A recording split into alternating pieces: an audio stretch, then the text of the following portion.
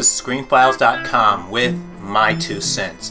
What I want to talk about today is this new Joker movie that's being developed. I'm an avid Twitter person who uses Twitter.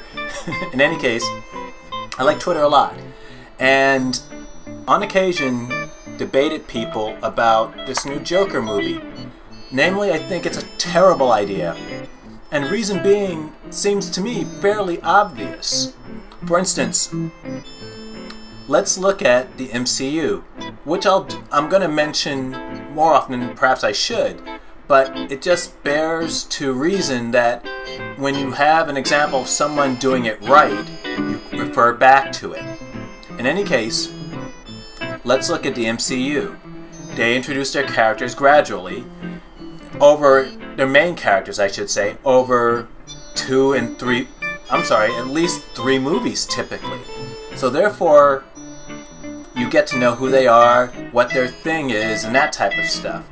The point being, let's say Marvel Studios wanted to introduce a what-if type of concept. And this would be valid because in the comics, Marvel has from time to time published a comic called What If. And what If would cover is alternate takes on superheroes. So you could have what if Betty Ross became the Hulk instead of Bruce Banner. Something of that nature. You take current continuity and you change it up in big or small ways, depending on the story you want to tell. And I bring it up because Marvel Studios has invested the time and effort to develop their characters.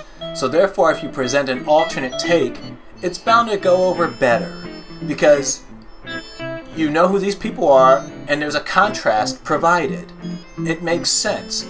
And it's not going to, and the likelihood, I should say, of it alienating someone is significantly lessened because they know who these characters are already. And this alternate take will be just that, an alternate take. But since the DCEU, whatever they plan to call it, frankly, I'm still going to go with DCEU, has been essentially just imploding. And there's now someone new at the helm who's deciding to take a whole new tack. So what they're doing is they're seemingly not going with the more established aspects of it. I say seemingly because I don't know, such as Superman, and instead they're going supposedly with Supergirl and Wonder Woman. Wonder Woman has been the shining star so far of the DCEU, so they're sticking with her. And there's an Aquaman movie coming up. I don't know how that's going to do. I don't think the character's that great as interpreted, frankly, but who knows. And they're going to make a Joker movie. And my problem with that is they're making a Joker movie outside of current continuity. And this goes to what I just said. Who is the Joker? We've seen one interpretation of him in the DCEU. Now, I'm not talking about past interpretations, as in the Batman 1960s television show, and in Dark Knight Rises was the introduction to Joker played by Heath Ledger. We're not talking about that. We're talking about the DCEU. And in the DCEU, there's only been one interpretation of the Joker, and that's Jared Leto, which didn't go over too well. But to be honest, I don't blame Jared Leto for that. I didn't like that interpretation of the Joker, truth be told. But that's where they invested their money, so to speak, and they should have just went with it. Instead, he essentially was cut from the movie. He's a glorified cameo, and it was overdone. But that's the version you gave us. Stick with that. Give us a few movies with that version of the Joker, and then, if you want to do something else with them, then do it. But don't seemingly crap out on that version of the character who's already been introduced, which it feels like they're doing, frankly. DC has this movie coming up. It's kind of a quote-unquote Otherworlds version, supposedly, of the Joker.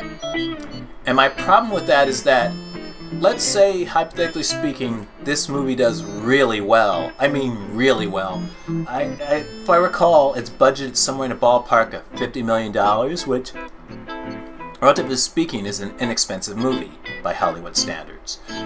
Let's say it does really well. Now,